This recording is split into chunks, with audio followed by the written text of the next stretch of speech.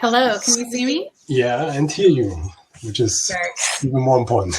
Yes, exactly. I'm just trying to print out those notes you wrote, because this cheat sheet will be very, very helpful for me. Yeah, good. Me too. I've got it pulled up as well. I'm kind of stressed out a little. You want to know stressed out? I thought this was at 9:30 p.m. I was almost 12 hours late. Yeah, that's why I just sent an email. Yeah. Yeah, I luckily I realized it at like 7:30. Otherwise, my hair would not look so on point. But yeah, that was like. It looks great now. Thank you. But it was. I had to cancel an interview. Oh, it was a mess. I'm really mad at myself for not knowing my time zones. Yeah, I thought yesterday, I don't know, I tried to send one over yesterday again with the times. Did you see that one actually? No. Okay. I don't know what is wrong with I don't know what's wrong with all the invites. I just don't get them from you for some whatever reason. Okay, interesting. Maybe they're just spam. Let's see. Print this, please.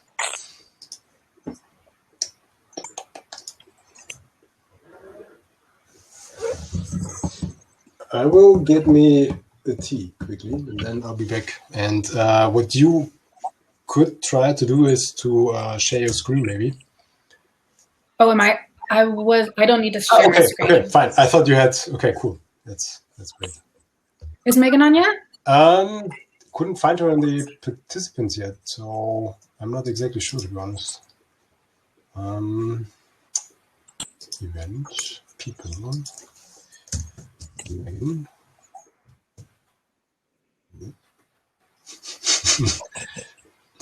But maybe I can take over the part. Yeah, let's see. We still got a few minutes, so I'm not worried. I just sent out another reminder, and usually she got my mail, so. Well, I've got all our notes, so I'll just play both parts if it comes. Yes. No. Okay. I'll be back in a minute. Okay.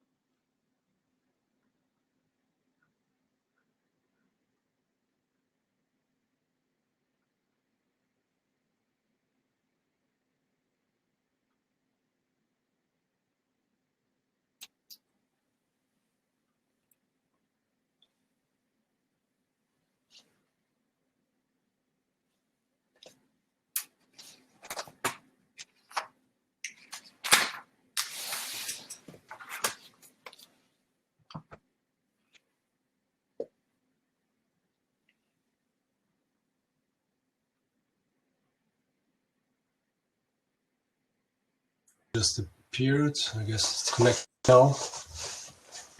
Hi. Hello. Hey, Megan. Hi. Good to see you again. This felt likewise. This felt just like a real event where I wandered around like, am I in the right place?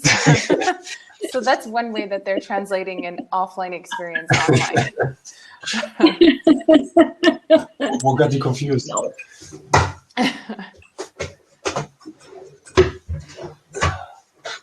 It helped that my picture was on the It did, yeah. session. So, do you have a presentation you would like to show, or is it just spoken? It's just spoken. I'm hoping, Katie, that's the same for you. Yeah, that was my plan. Henning, you've got the questions, right? So you'll set us up? I'll try to, yeah. Great. I'm still trying to print them out, though. And we already have a lot of visitors here in this session chat. Are they hearing us? Hello, Yes, people? they very much can hear you, I guess. Hello, everybody. Welcome to the show. Yeah, I don't need to do the moderation. I like that.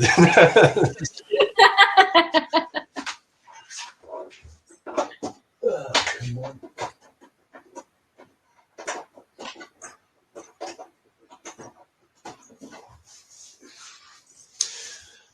Yeah, again. So we have like a few minutes left until we officially start. I would love to see where everybody's from. If you guys are in the chat, do you mind just telling us where you're from? Well, I see a few familiar faces. Yeah, let us know where you're from. Hamburg. Shout out Hamburg. Linz, Munich. Oh, nice.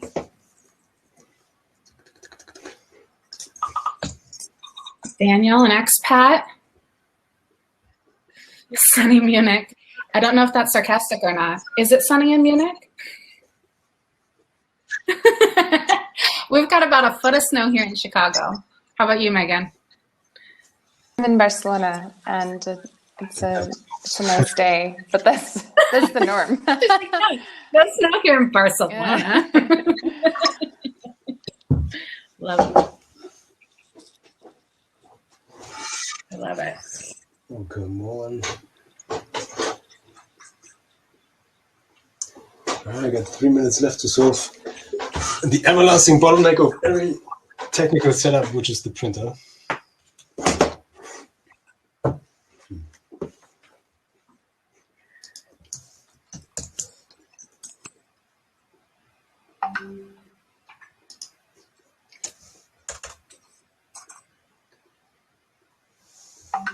Dude, print something.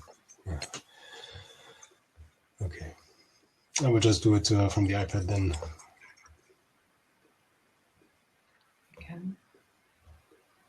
Okay. Katie, you wanted to start, right?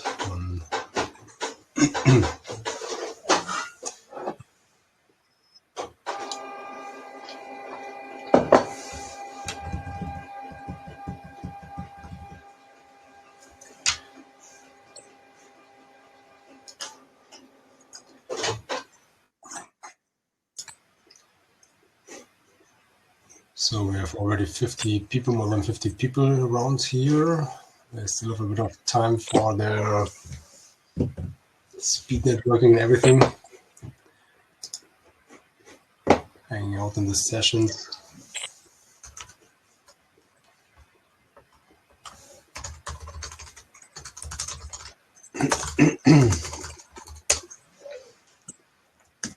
Megan, you're from the States originally, right? Indeed, yeah. Yeah, we're from. I'm from New York. Nice. Very cool. Yeah. My best friend lives in New York. I've never forgiven New York for stealing her away from me.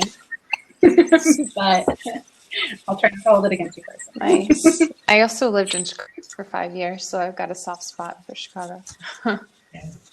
It's nothing like that drive up Lakeshore, right? Yeah. Where you've got the lake on one side and the city rising up on the left. It's my favorite drive. Yeah. Lakeshore.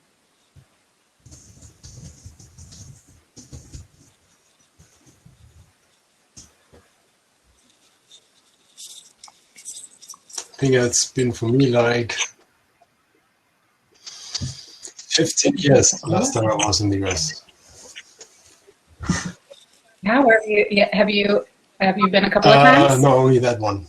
So I just You were like, that was enough. just East Coast. Yeah, then it's from the East Coast. Like we came to New York, went to Washington, Philadelphia. Like did the, how do you say it? I would call it the tour of independence. Independence, I love it. Yeah, it's very colonial of you. Okay, it's our actual starting time, 4:30 in Munich, PM. Different times in different time zones. Well, hello everyone who is in the session now. Thank you for being with us in our session about strategy, North Star or Guardrails. We have two great speakers. Katie Swindler, who is just waving, and she is the manager of UX strategy at Allstate Insurances, I think, right? And then there's Megan Murphy, who is the VP of product at Hotjar, as far as I remember correctly. Cool. And well, like I said, this session subject is about strategy, and I think Katie wanted to go first on that one. So please take us away. Sure. So I fall a little bit more on the North Star side of the fence when it comes to thinking about strategy. When I think about strategy being a North Star, I think about how strategy can be a shared vision that gets everybody sort of pointed in the right direction. What I definitely do not mean by it is that there is a singular North Star metric that everybody is working towards. I think actually that can cause a lot of problems to have just one metric that an entire organization is focused around. North Star to me is much more about a concept and a vision. Just like the sailors use the North Star to point their ship in the right direction, it wasn't a specific coordinate they were all aiming toward. It was their shared vision of home. Right. And that home has different rewards for every sailor. You know, one is trying to get back to his family. One is trying to get back to her homemade cooking that she doesn't want to eat ship food anymore. Maybe it's somebody who wants to sleep in their own bed, or they've got other adventures or business prospects that they're looking towards.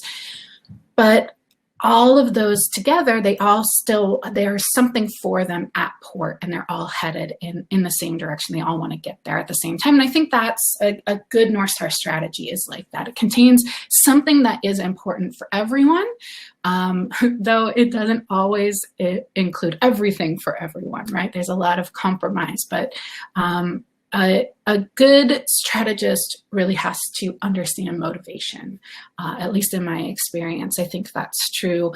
That might come a little bit, I have a theater background. I was actually a musical theater major originally before I switched over into the design world.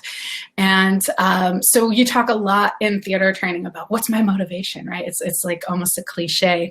But I think thinking about and understanding people's motivation, what drives them, is actually a really important part of UX strategy, because when you take the time to talk to people and understand those motivations, it makes it a lot easier to get everybody to get something for everyone into this sort of overarching North Star strategy.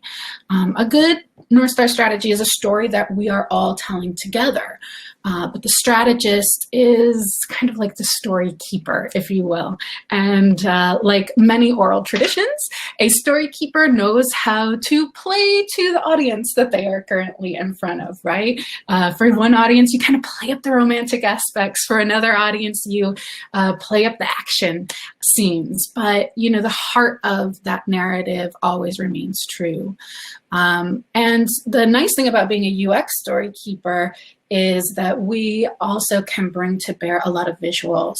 And sometimes that North Star strategy includes concept designs, you know, big sort of they don't address every single detail of the design, right? Like that comes along the way as you're building it out. But if you can create some big vision, sometimes it's not just enough to talk about things in words. You really need to bring them to life for people. So I think that can sometimes be part of a North Star strategy, though it doesn't always have to be part of it.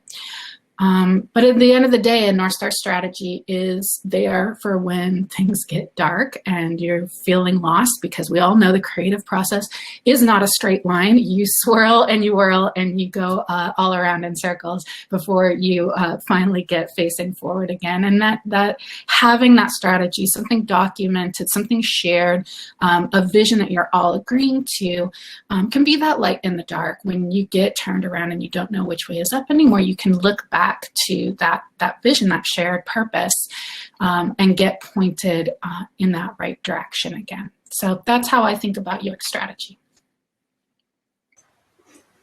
Cool. Thank you, Katie. Again, would you like to continue on that with your pitch? Sure. So I believe that a good strategy provides effective guardrails, and I'm going to lean on my current day-to-day work to illustrate how a strategy can act as those guardrails. So I'll show you how through some quick context today. At Hotjar, we have a 3-year product vision, which I consider a bit less fluid of an artifact than a product strategy, which is more iterative. So our new product strategy kicked off at the end of 2020. And historically at Hotjar, we've offered tools to help people scratch the surface and understand user behavior with products like heat maps and recordings, surveys, feedback reactions. Last year as a company, we realized that our vision was ultimately fulfilled, our initial vision was fulfilled in Hotjar's first 6 years as a bootstrapped startup. Now we have a new vision, which is to transform user insights into business outcomes by putting people at the center of every product. Bringing this vision to life is my job. That's what I'm on the hook for. So my performance might be quantifiably measured by the success of my team and the metrics I achieve. But ultimately, my whole employment these days in my role is about realizing that product vision. And we have 2 main approaches to how we realize that vision. First are our product principles, which I'll share with you right now in the chat, because I've open sourced this as part of my work. And our product principles are intended to serve as a shared compass for our whole product org, which includes product management, experience design, research, and data disciplines. And those principles are planning framework and org chart agnostic. So for example, one of our product principles is to create a product that focuses on our users' goals. Another principle is to develop an emotional connection with our customers. And another is to be intuitive at its core. So these are not our strategy. These are the principles by which we build anything, no matter what the artifact or the product or the widget might be. The second approach to realizing our product vision is our product strategy. And our strategy articulates the areas that we will and importantly will not focus on. So it clarifies exactly who our target customer is and why solving their problems is worthwhile. It's honest, it openly confronts the context of the market today. It looks at trends across industries, consolidation and M&A activity, where VC firms are investing into young startups, how we're seeing growing awareness around online privacy and surveillance. So our strategy first looks outside and then looks internally at our key strengths to summarize 3 core focus areas where I mentioned earlier, to chart a path to realize our vision to transform user insights into business outcomes in the context of our current market conditions. So our product strategy is a short articulation of 3 core focus areas which drive alignment, consistency, and focus when making decisions and setting priorities. So bit by bit and decision by decision every single day, our product strategy acts as guardrails to help steer each part of our product in the same direction. If every team is moving forward, then it sounds good at first, but you might actually end up with a product that had no clear purpose or a Frankenstein, and teams might pursue local sub-optimizations because they don't know how their work helps paint the bigger picture and steer you in the same direction. But with a strategy to act as guardrails, you can avoid costly turns in the wrong direction, analysis paralysis, or even worse, complacence. Nice. Kaboom. Quite the opposite, I would say. Just to flesh out a few more things, like Megan, I would like to start asking you, what does the strategy work look like in your day-to-day basis? Yeah, so most of my job is to repeat the 3 core focus areas of our product strategy every single day. Repetition is everything, and because too much of anything would become really boring to me very quickly, I have fun with this repetition by constantly exploring new ways to communicate the same message with my teams. So I use blog posts, I make silly GIFs, I do narrated loom. I make custom infographics in partnership with some friends who do illustration. And I actually work with a local video production company to create new internal content that aligns people in new ways by bringing our strategy to life. I probably spend 50% of my day working on producing this fresh internal content to remind our whole product org and all of the colleagues across the business that we work with where we're going, why, and how their work will help us get there. So Hotjar is a natively remote company, and I think a lot about when I ask for people's times in meetings or when some messages will land better or just as well asynchronously. So when it's a meeting and we're talking to each other, I try to do 2 things. Find every opportunity for lack of clarity so that I can help someone by making a decision. And the second thing is to help others assess risk. So if someone doesn't know if one approach is too risky or if we should spend more time building up our confidence, I always ask what's the worst that can happen if we're wrong and if the move is in the direction that we want to go. And usually the answer is less severe than somebody assumes. So we can, move more quickly, be decisive. I'd rather have 80% of the data, or qualitative or quantitative data, to make a decision and move fast to unblock people than to wait until everything is perfect, because I think that done is always better than perfect, and directionally correct is usually more important than precision. So at Hotjar, one of our core values is to be bold and move fast. And I think this approach, in terms of actually executing against a 3-year strategy, making decisions quickly, consistently, and being the person to unblock teams is the most important part of my role. Mm-hmm. Okay. I don't know that my role is that different from what you've described. I often joke that my role is just a lot of talking. It's talking to stakeholders, it's taking from researchers, creative team, the business, really trying to figure out what's important to everybody and pull all of those different ideas into a singular singular vision. It sounds like you guys do a lot of that up front and then you use it for 3 years, whereas we create strategy documentations for every major initiative that we do. So, we've got something like My Account where you pay your bills, and we did a big strategic approach for specifically a part of that product where you went in and made changes to your account to make them more automated and more user-friendly and living more into that goal. So we're pulling it all together. At the beginning of that initiative, a lot of my work was pulling together all of these different ideas and perspectives and what people wanted out of the project and what was important to their team into a single document and really defining that problem and sharing insights for solving it from the research,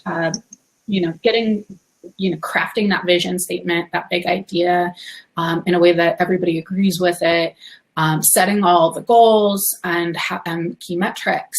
And then, you share it and then you refine it and then you share it and you refine it, and you share it and you refine it till everybody's kind of aligned on that. And then you just sell it. Like you said, a lot of it is just reinforcing it. It's a lot of going, once the work kicks off and really gets rolling, it's a lot of attending work in progress meetings, or WIPs is what we call them, and being the person in the room who isn't in the weeds and has that perspective and it's kind of beholden to the perspective of that strategy to just be able to always bring the conversation back, because people need to get into the weeds, but it's hard to see the forest for the trees from there. And so to play that role in the room, it's not that my position is more valuable than them, or it's like hierarchical. It's just, you know, that's my role in the team, is to speak for that point of view and just to, you know, bring it back from that perspective. So that's a lot of my day to day. I probably only get to do a big strategy alignment maybe twice a year. You know, I work on a couple of different products within the company, all consumer facing marketing products. But, you know, then the rest of my year is spent sort of being that outside eye on the product, work in progress, and helping the team stay aligned to that work.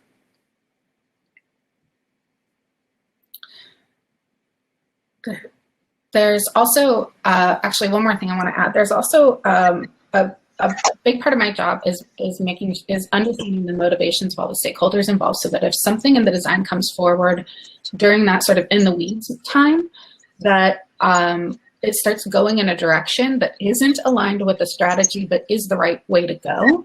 A lot of my role becomes selling that chain back up through all the stakeholders. And because I am intimately familiar with the motivations of everyone, I know how to position, you know, I know how to position this change to people to sell them the idea so that they can get behind it. And they can understand that, you know, they've got ultimate goals and that this still aligns with it, even if it's kind of different from what they originally thought they were buying. And I can also help the team stay away from things that are just going to be non-starters, and are just going to get, you know, die on the vine if they go too far in a specific direction. I try not to do that very much. You know, I try to let the work be the work, and it's my job to kind of sell it back through the system. But, you know, every once in a while, it's like, it's never going to go there. Let's not waste our time, you know, pursuing that. You know, let's do something that's actually going to do some good for our users, as opposed to just spinning our wheels. So that's my day to day. Thanks.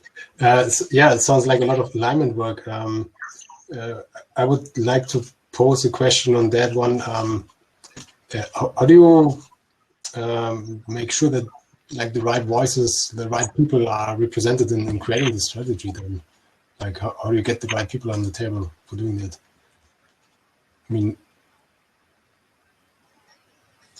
is that one for Katie or for myself? Sorry, yeah, that was for Katie first now, because she started into telling us sure. Like a little bit about, I would call it manipulating maybe a little bit here and there for people, because you know their motivations. And now I'm just wondering, on the other side, how do you find the right people for creating your strategy, like building your backup for that? Yeah, I mean, I suppose I like to think of it as persuading, not manipulating. But at the end of the day, I do think it's really important to ensure that that you're involving a lot of voices in the process. I think that it isn't just about creating a concept that the bosses will fund. It isn't even about just creating something that all the development and design team can get excited about and like want to build and design. I mean, a good North Star strategy really has the needs of the user burning really bright at the center of that star, right? And more we are realizing that we need to bring forward more voices, especially from our users from the very beginning, to ensure that what we build doesn't have unintended consequences. I think that is something I really wanted to make sure that I shared. So like that actually requires a lot of time and space to get that kind of feedback. Building consensus takes time. Hearing people's stories takes time. Thinking about the negative consequences, not just the positive, that takes time and self-discipline, because that's not always fun to think about all the ways that your product can be harmful, your work can be harmful. But if to skip these steps and this time and these voices is to invite, you know, the sort of things that we saw at the U.S. Capitol last month, where, blood is being scrubbed off the wall, and we've got 5 people dead from storming the US Capitol because of the way that Facebook and other social media outlets let people work themselves into a frenzy through misinformation. So the people who use our products don't get a lot of say in how they work. But they can have a really big impact on their lives. So I think it's really important that we listen to our users, and especially our users that have traditionally been underrepresented in our tech communities. I had this really impactful conversation with a colleague of mine. He's a Black guy, been at Allstate for many years, helped to produce the app, the Allstate app. In America, when you get pulled over by the police, you are supposed to show your driver's license and proof of insurance, which has traditionally been this little printed out card that shows that your car is insured. But at Allstate, we've been working to go paperless and to have those little cards be part of our app. And this guy I worked with, he shared this story about how he got pulled over by the police. He just had like a tail light out or something. And the guy comes to the window and he says, "Hey, can I have your driver's license and proof of insurance?" And my colleague goes and reaches for his phone to get the proof of insurance. And the policeman goes, "Are you recording me?" And gets really aggressive with him. And my colleague had to explain, "No, that's where my insurance card is. I'm just getting it out." And he had to unlock his phone and pull up the card and hand his phone to the officer. And he said, that was so terrifying because that's my lifeline in that moment. That's the only way I have to ask for help. And I had to hand it over to this guy who was being so hostile to me. So it's something, he said, I designed this app. This is not something I ever thought about as a consequence of the work that I was doing. And I'm a Black guy, and so I think it really just drove home to everyone who he shared that story with. The unintended consequences of our actions, that this is something that we need to take time to do, to have people part of our working teams that have different perspectives. But also, he even as a Black male, he didn't have that perspective as he was doing the initial work on the team. How can we involve more voices? There is not a singular Black experience. There is not a singular female experience. There's not a singular LGBTQ experience.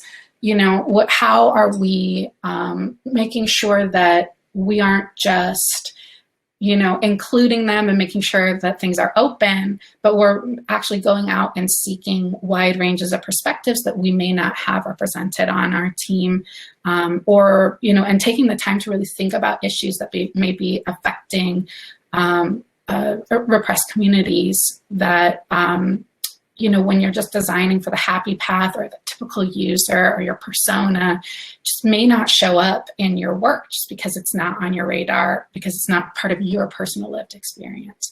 So those are the sorts of things I think about when I think about all the voices that need to be part of creating any specific strategy.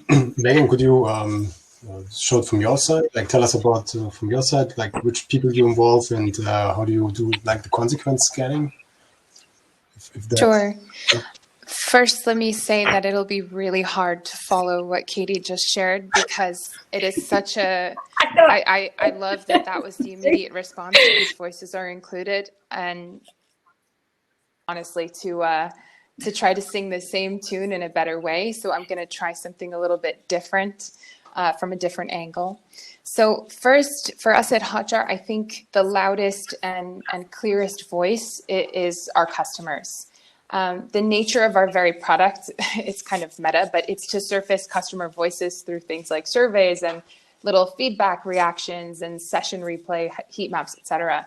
And of course, beyond that, through customer interviews is another way that we're incorporating the voice of our customer and seeing what they're saying on social media about our brands and our product. I think the customer's voice is the most important because it shows us where we need to find the points of intersection between their problems, our customers' problems, and what would help us build a viable business around solutions that evolve with their needs. So we take the time to listen to our customers, and an example of that right now is, we're going through some changes on our positioning and messaging, and we've been kind of looking outward to see what is our target market, what are their problems, what can we do that leverages our key strengths internally, but that can help solve their problems. From this point, the second set of voices that shape our strategy is our teams. So we take the time to listen to them. In that same example I just mentioned around some changes of reframing our positioning and messaging as part of our new go-to-market, which complements our product strategy, in order to ensure that we are positioning our brand as one that makes us proud to be there, proud to build it together. Our brand team is interviewing and running workshops with folks from across the business to make sure that they can share their perspectives. And reminiscent of the Leaders Eat Last mantra, I think that only after the customers' voices and the wider companies, our team's voices have been heard, do the voices of the leadership team come in. And ideally, your leaders are highly competent, decisive, have great listening skills, and have a good pulse on how things are going within the business and outside of it. I think competent leadership can make sense of all the insights they've gleaned from listening to customers, then listening to the team, and then listening to the market. And with those three key voices, ideally, your competent leadership will be able to make sense of it and then articulate the core focus areas, right? And then that kind of brings us back to where we started about articulating a strategy and then repeat it and repeat it and repeat it, as I hinted to earlier. I think what's also important is that every single person and team should be able to directly connect with full certainty how their work is a step toward fulfilling the ultimate vision. So leaders have to pay close attention to work that doesn't make the proverbial boat row faster. The scraps on the floor that are consuming hours of someone's time per day and distracting them from moving forward. These are the kind of things that in order to really fulfill your vision via some effective strategy, you have to pay attention to the waste and then find ways to cut it, find ways to automate some things, find ways to attract new talent to help you solve problems you've never solved before, because over time, those sneaky things, they add up.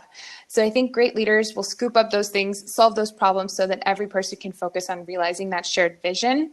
And ultimately, I think it comes down to customer's voice, team's voice, market, like what is the market saying to you? What signals is it giving? And then the leadership should be, I know that this is not everywhere, and I can relate to that in the past. Like not all leadership is going to do this, but I think in a well-run place that's really about taking people seriously and caring about their perspectives, those are the voices that should represent your product strategy or any strategy really. And to Katie's point, ideally you are listening to a diverse set of customer voices, a diverse set of your team's voices, and you're incorporating all of the things that you didn't know because just like any other human, you're baked in with your own biases. So you need people to reveal those for you.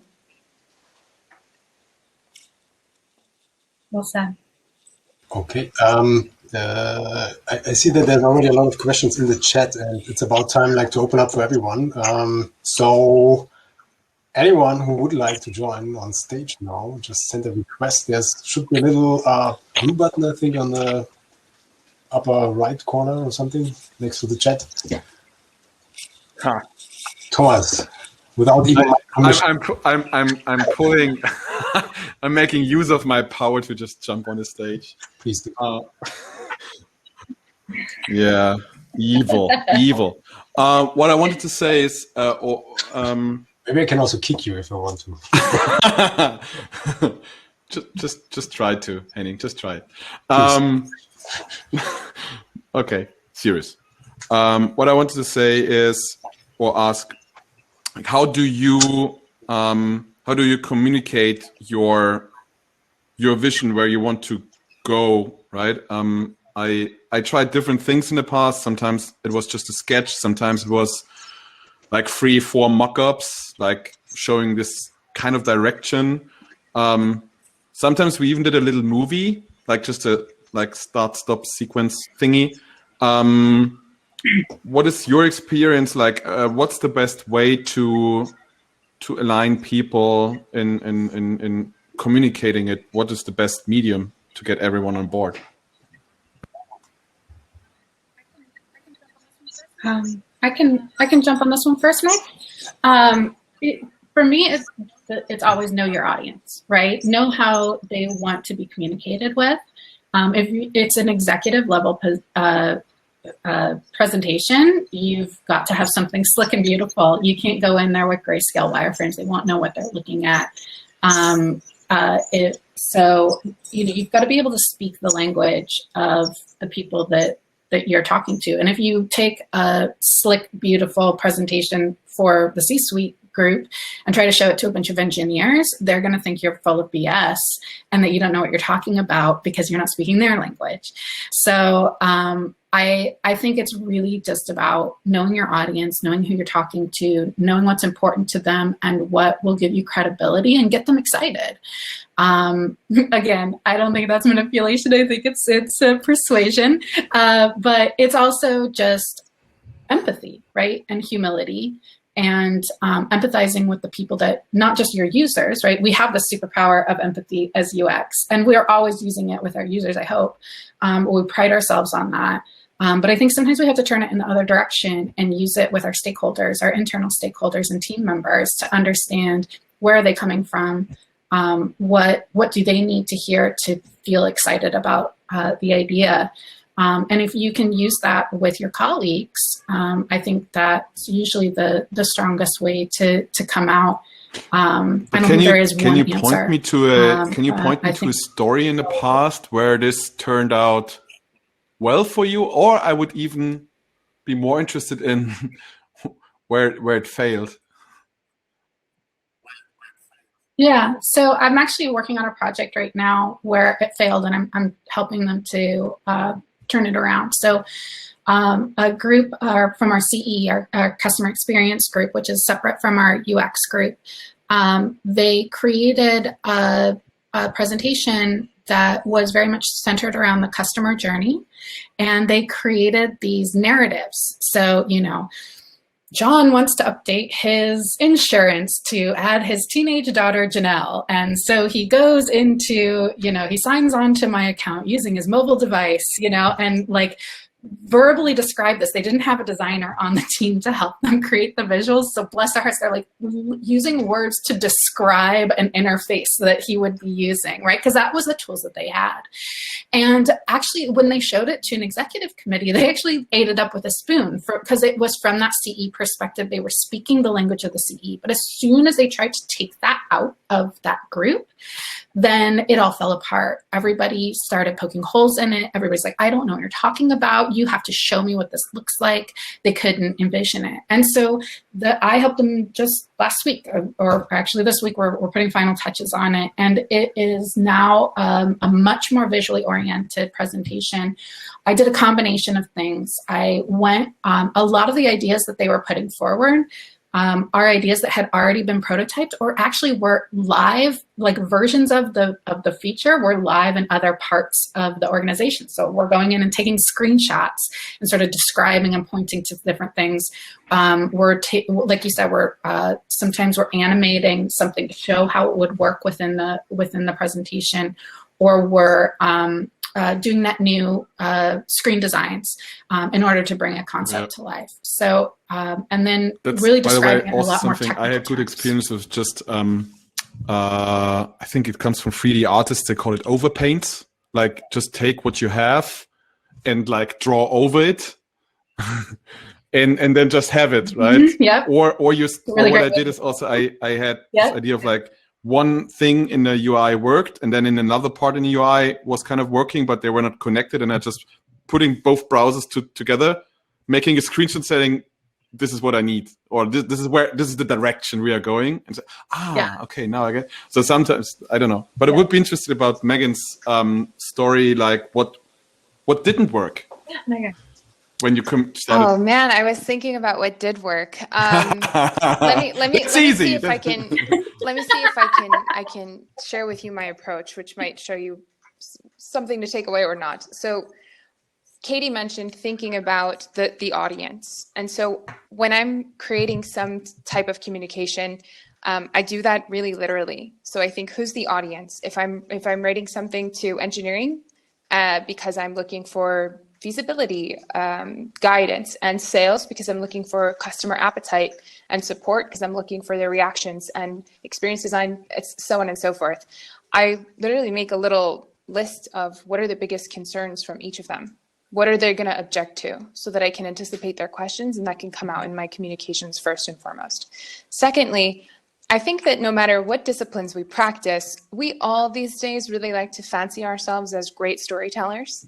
But I would challenge everyone here, or everyone generally, to think about what makes a compelling story, because there's only 7 archetypes of storytelling. And so I think once I started to recognize the hero's journey, so-and-so's going along every day, and then comes this opportunity, and then there's failure, and then there's the triumph, and then everybody's happily ever after. Like, thinking about the fact that we only digest narratives in a very limited set of ways, and only a few of those really get through to us. That's why every Pixar story can be summarized in a template. So if we look at things through what are the objections people are going to have, and then what is the plot line for you, I think like building that muscle over time, I think it takes a lot of exercise. I failed on this when I worked at Skyscanner. I was working on our ground transportation business vertical. And when I was there, like, let's be real, scanner, not street scanner. Ground transportation is not the moneymaker here, right? So when I joined, I was very aware of this underdog product that I was leading, but I saw some opportunities on the floor, and I used my new storytelling paradigm. I went to design school here in Barcelona, where I learned more about this, and I used that to convince. I failed at first. I tried to pitch to get another team to join us on ground transportation and work on another something outside of car hire itself. And over time, I started to learn where my story was weak and where I was losing people. And then I started to practice these things that I was learning. And in the 2 years that I worked at Skyscanner, we went from a team of 3 to a team of 40, 3 times revenue and 4 times profitability. So I think when you can tell a compelling story and you're looking out for each individual's or discipline specific objections, and you can come at it and say, look, hey, isn't that our shared vision? Don't we want to go there together? Oh yeah, we do. Okay, so how can we do that with the highest degree of confidence that we have? Some of it might be from data, some of it might be from interviews, some of it might be from market context. How are we going to apply all this together, make the right decision, move that way, and achieve our shared goals and hit our vision together? I think it takes muscle to build this up, but it's been, the last couple of years, it's been working very well for me. Yeah, Megan, you said something I want to build on because I think it's so important. Your first point about understanding like what people's objections are going to be, just like when we're creating a flow, and we know that if we push people too far in a process too fast, they get disoriented and they get obsessed with like, I can't deal with this until you've dealt with that. The same thing happens in these presentations to different types of stakeholders, right? Like you really have to understand the mental model that people have for this decision making, and be sure that you're presenting the information in that order. Because there are certain questions where like you open up a rabbit hole and like you will blow up your whole presentation, but you move the slide that was slide 17 to slide 3, you know, and answer the question on slide 3 instead of slide 17, and then the presentation goes smooth as butter because you have followed and you've addressed their concerns in the order that is most important to them and that makes sense to them. So I think that ordering is as important as anything else in a presentation and of a strategy like ours. So I have to jump in for 1 minute. We're like at the end of this all-consuming everyone. So the next session would be starting in 2 minutes, so we still have time there, and we will continue, of course, the discussion here. Bennett is leaving. Did you hear the question, actually? Because we still have 2 minutes, and then actually I wanted to connect Madita on that sense because she had a great question on all these artifacts being produced, I think. Maybe you can make it quick. I don't know. Okay, I have to. I find it just interesting that talking. I mean, if I ask anybody here, what's your vision? You will pretty much give me a straight answer and a not very complicated answer. But if we're talking about strategy, so you know what we're basically doing right here, all that is, there's a lot of stories. There's a lot of we had this experience here, we had this Teams thing here. We produce a lot of content to remind these kind of people. So there seems to be, in my view, or from what I heard now, is there seems to be not there seems to be kind of a completely different set of skills than what you normally do in when you normally do a product. That I know I do that, but the thing that I find interesting here now is that it was kind of hard. I mean, it's always hard to follow for me to follow the chat, to follow your words, but there's so much to tell about, and I wouldn't say it got off rail, but there is so much to tell about to make kind of to get your point across what strategy is for you.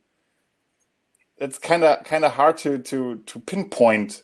You know, your strategy is easy to pinpoint, but what is strategy is it seems to be like a thing that we can't solve in a discussion. Or what do you guys think?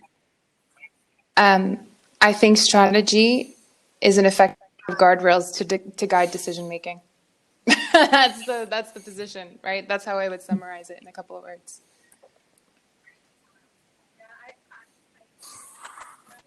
Yeah, I think strategy, are we putting the word UX in front of strategy, right? There's lots of different types of strategy. There's business strategy, there's market strategy.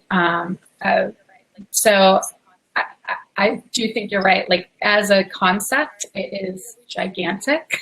I think there are, we try to explore some of the themes through this discussion today, but I do think you're right. Like, I don't know that it's something that we can cover in 45 minutes with any kind of completeness. Be continued later on.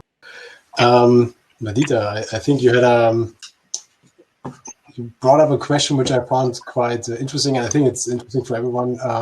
You were asking, did you experience more consistency and acceptance when the teams know why? And I think this was kind of maybe related to all these artifacts which are being brought up while the strategy is being communicated.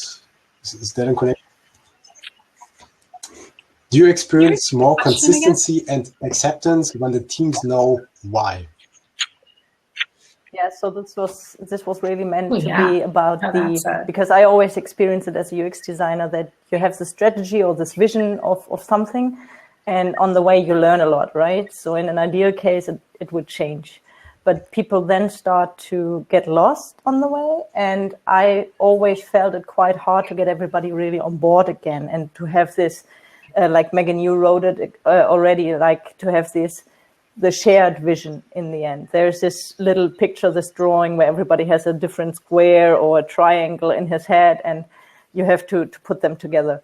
And doing this constantly is something where I experience it. It's nice to have this why, but the why, not every team member or company member is using this why in the same deep method. Like from a user perspective, for example, we did some research before, and then you have some results of that and you present those, and in the end, I don't know, there's any other argument against it, and you're struggling with this why a little bit more, and you have another decision, and then you start jumping back and forth with all the other results. And to keep this really constantly and everybody on board, this is something where I would like to know how you deal with it, or if you also experience that, or if it's much clearer if you really have everybody all the time on board, because sometimes we had product managers or so on that don't wanted to participate the research, for example, which I find pretty difficult, because then you lose people on the way, right? So if you have any solution or any tips for that, I would be glad about that.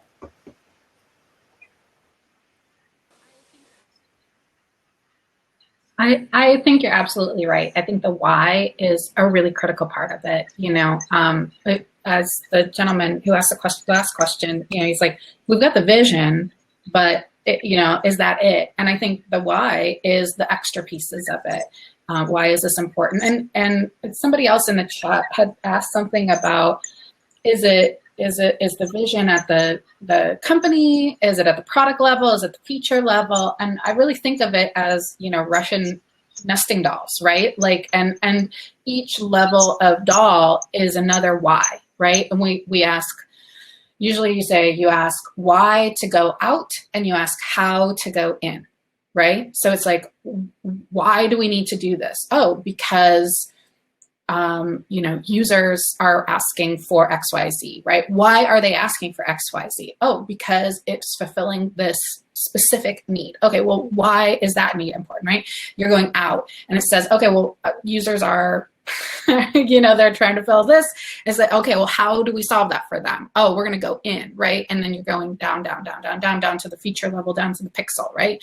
And so that's, I absolutely think that those why questions are what tie each tiny piece of strategy together as little bridges. That's kind of how I think for me, it's a timely topic, because actually at Hotjar, we recently had, I don't know if anybody here is familiar with the book, Start With Why by Simon Sinek, and the new one, The Infinite Game. So at Hotjar, as part of what I described earlier with this kind of transformation over our branding and messaging and product offering coming soon and all sorts of changes, we wanted to make sure that our team didn't get lost in a sea of change or even develop change fatigue.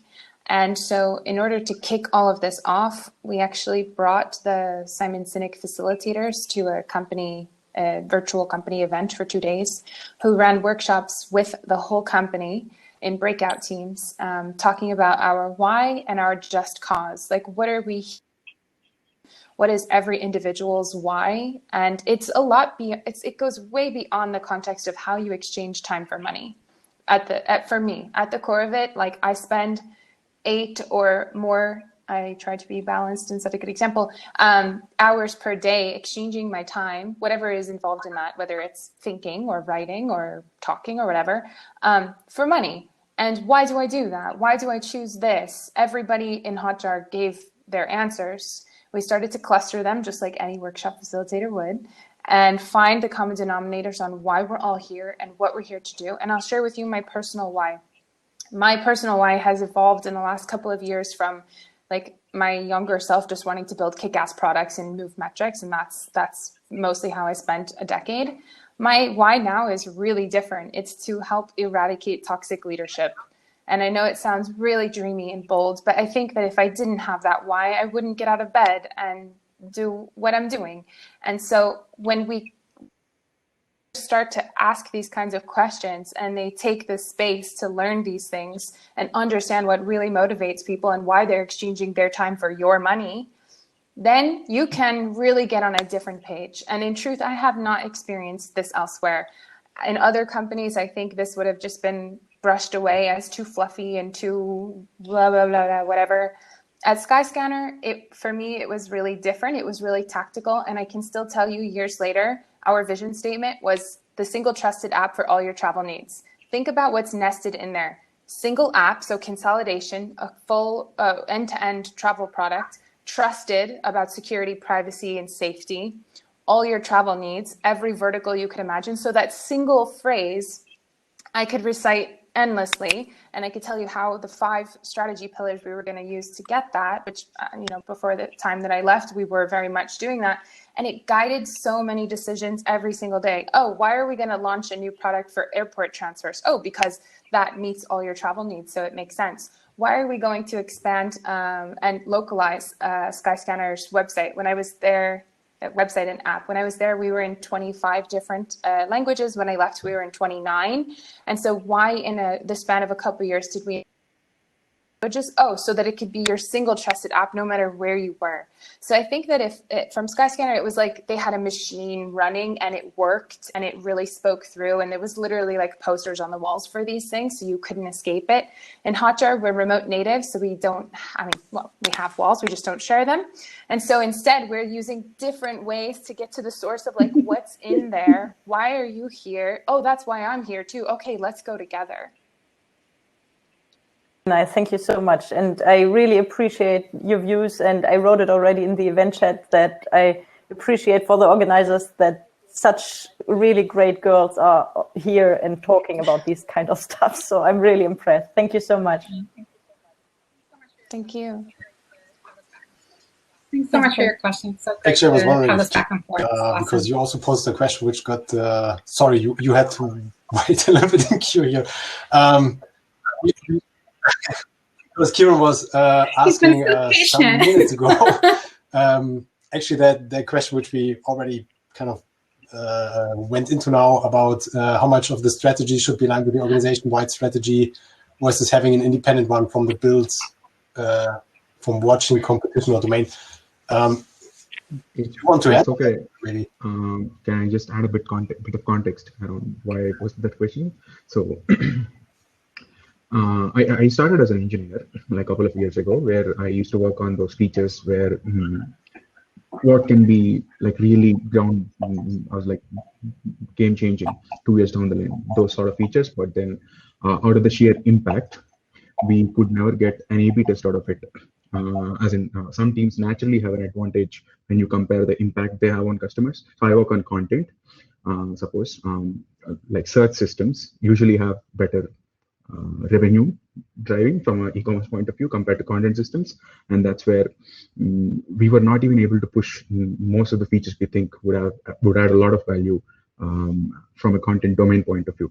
That's where I am trying this approach of aligning ourselves mostly to online initiative or the strategic initiatives of the organization, but we also have that in our mind constantly that we should be doing these things which make sense for our product also.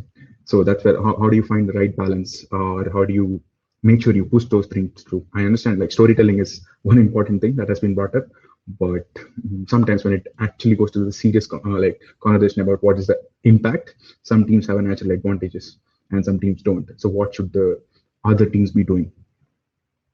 I can try to take this one first. So thank you for the question, first of all, and I can totally relate, especially in the example I gave earlier about my work on an underdog product that was not bringing in the main bread and butter of the business.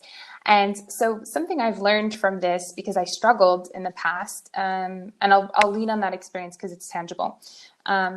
Car hire, when I joined, or ground transportation rather, accounted for 3 or 4% of Skyscanner's total revenue. So any equivalent product manager or team, rather, working on flights could make far fewer changes and move way bigger needles because their levers had more leverage, right? And so I always felt like, should I be held to the same standard, or like how am I ever going to come up with the kind of impact that another colleague in another area would? And so I never really answered that question. I let the bold kind of carry me.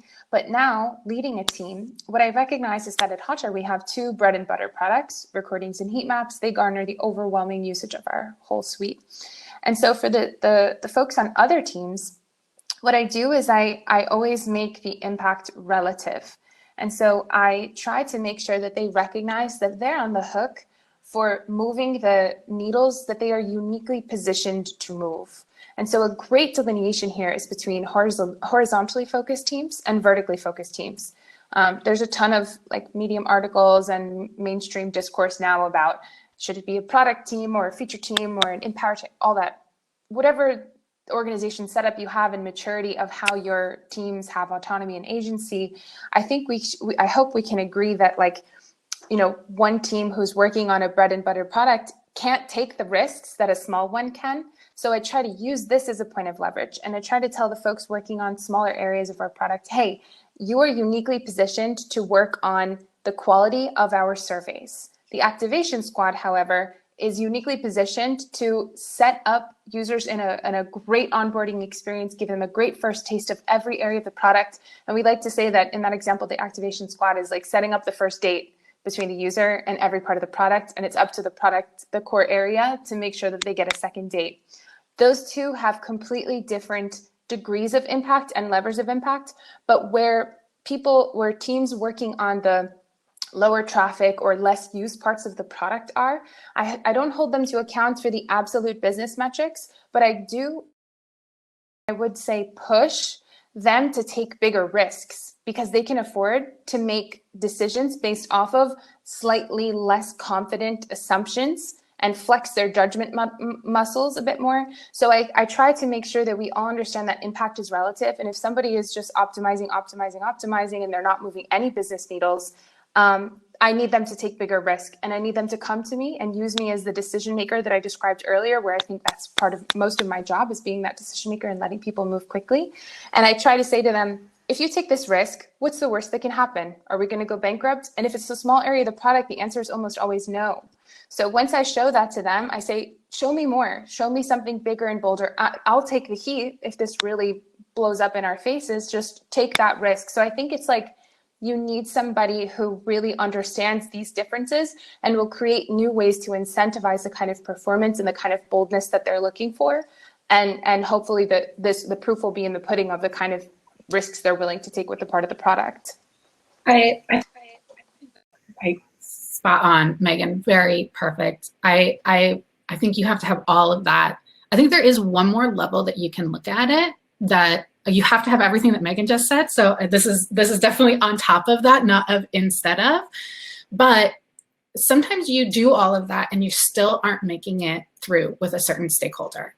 And one of the things that I found in my past experience is that it's easy to forget that these stakeholders aren't just mouthpieces of the company, that they are humans too.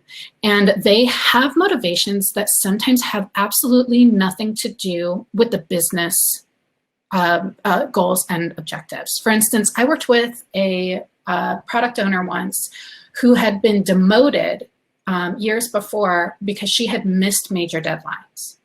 And once I knew that, I realized that once I learned that about her, I realized that when we were bringing up ideas and trying to pitch them to her, she saw them as threats to her meeting deadlines. And so she was constantly shutting us down.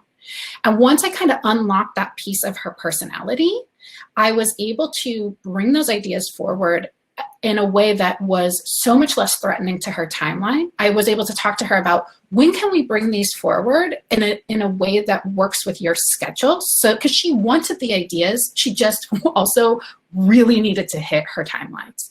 And so once you get to know your stakeholders as people, then you can unlock, that's why I always say it's like all about those motivations, right? It's like, once you understand them as people, you can bring forward things that speak their language at that very personal level, because it's not always about business goals. In fact, it's maybe 10% about business goals. Those business goals are all about in service of personal goals. Like Megan was saying, like it's all about, like, why are we showing up at work? Everybody has that. And if you can understand each person individually and really build those strong relationships, then you can unlock and kind of de-arm, right? Like how can you get them to stand down their defensiveness against the ideas that you're pulling forward? I think that's really good. As like two different point of views to approach. One is take more risks. The second one is understand people, or understand your stakeholders as people, understand their motivations, and then play according to that. I like it. Thanks for that. Well, and I mean, for some people, taking risks is a motivator, right? Like they want to be seen as that person who's out in front and doing something nobody's ever done before. But you got to know your people, right? You got to know who that's going to play well with and who that's going to like turn them off and have them running for the hills. So you just gotta build those relationships strong. Thanks. Thank you. Thank you. Cool. Thank you, Kira. Officially, we're at the end of this session actually already. And I didn't get so many more questions in the chat, so shall we call it a day? I don't know. Unless Sure. There is to know about strategy, then I don't know there's anything else we can do. I pick up on the question that Bennett was actually telling before, and spent the rest of the day discussing that one. I would say again very much thank you. It was a great pleasure. A very dynamic discussion as well, and enjoy the rest of the conference now, I guess. Drop into the other sessions, and Jeff Patton is also up in a few minutes, I think, or is there something? Sorry, there's actually a talk about research right now, which I would actually also attend. Good. Great. Megan, it was a pleasure. Thank you So much. I learned so much. Likewise. All right. Likewise. Thank you so much. Thank you. And thanks everybody for the questions. Yeah. Bye. Bye, everybody. Ciao. See ya.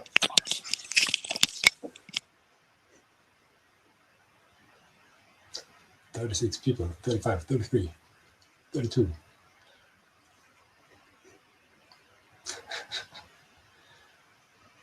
Oh no.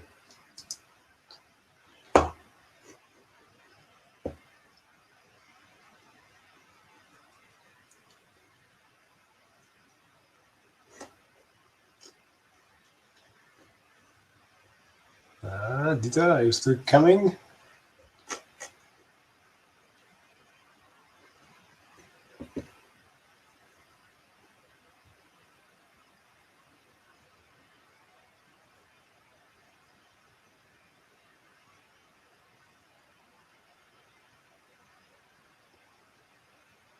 Okay, I'm also out.